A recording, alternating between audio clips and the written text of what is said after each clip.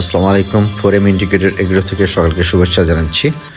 আজকে আমাদের যে বিষয়টা নিয়ে আলোচনা করব সেটা হচ্ছে যে আমাদের আদার হারভেস্টিং হয়ে গেছে এবং আজই হারভেস্ট করার সাথে সাথে আমরা সিদ্ধান্ত নিয়েছি যে বেশ কিছু আদাই একেবারে ম্যাচুর এবং তাদের যে চোখ বের হয়ে গেছে, অর্থাৎ তারা এখন আবহাওয়া খুব ভালো, বেশ গরম পড়ে গেছে।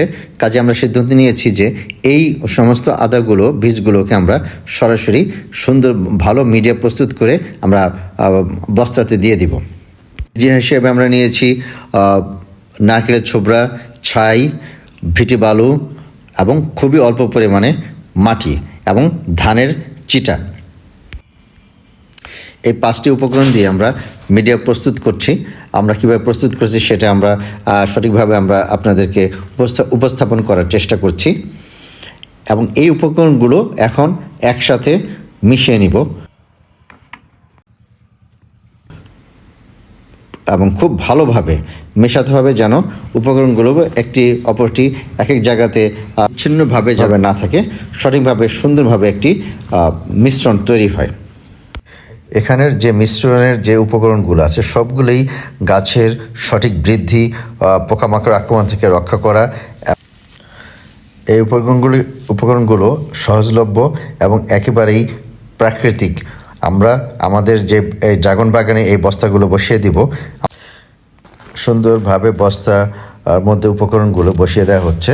আমরা সম্পূর্ণ বস্তাটি পরিপূর্ণ করব না, কিছু অংশ প্রায় আমরা 40% অংশ আমরা ফাঁকা রাখবো। যখন আদা গজিয়ে আদার আকার ধারণ করবে এবং উপর দিকে এবং চতুর্দিকে বেরোতে থাকবে, তখন আমরা এই একই উপকরণ সে উপরে আবার ছিটিয়ে দিব। প্রাকৃতিক উপাদান থেকে আমরা তরল জীব অমৃত সার তৈরি করে নিয়েছি এবং এই সারের মধ্যেই গাছের প্রয়োজনীয় সমগ্র জিনিসই বিদ্যমান থাকে। যারা এটা ব্যবহার করেন তারা ভালোভাবে জানেন। আমরা এই উপকরণগুলো নিয়ে এর সাথে অন্য আরও উপকরণ দিয়ে আমাদের যে প্রাকৃতিক আমাদের বাগানে যে সমস্ত সবুজ ঘাস, লতাপাতা এবং পটাশিয়ামের জন্য যে লাল যে সমস্ত গাছপালা আছে সেগুলো এবং কলার থেকে আমরা পটাশিয়াম প্রস্তুত করে নিয়েছি। এই উপকরণগুলো সব একসাথে এখন আমরা মিশিয়ে নিয়ে আমাদের প্রতিটি বস্তাতে আমরা দিয়ে দিব। এটি জৈব পটাশ এবং এর সাথে ক্যালসিয়ামও আছে, কারণ আমরা ডিমের খোসা দিয়েছি এর মধ্যে।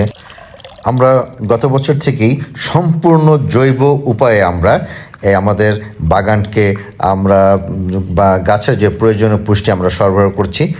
আমরা খুবই ভালো রেজাল্ট পেয়েছি। সবচেয়ে বড় কথা, আমরা অন্তরে তৃপ্তি পাচ্ছি যেন আমরা কোনো রকমের মানবদেহের জন্য ক্ষতিকারক কোনো উপাদান দিয়ে আমরা আমাদের বাগানের শস্য এবং ফল এবং অন্যান্য জিনিস আমরা উপকরণ, এমনকি মাছও আমরা প্রাকৃতিক জৈব উপাদান দিয়েও আমরা মাছ চাষও করছি। জৈব সারগুলো বস্তার মধ্যে আমরা দিয়ে দিচ্ছি ভালো মতো এবং একদিন বস্তাটা এভাবে রেখে দিয়েছিলাম। এরকম গজানো আদা আমরা বস্তাতে এখন দিয়ে দিব।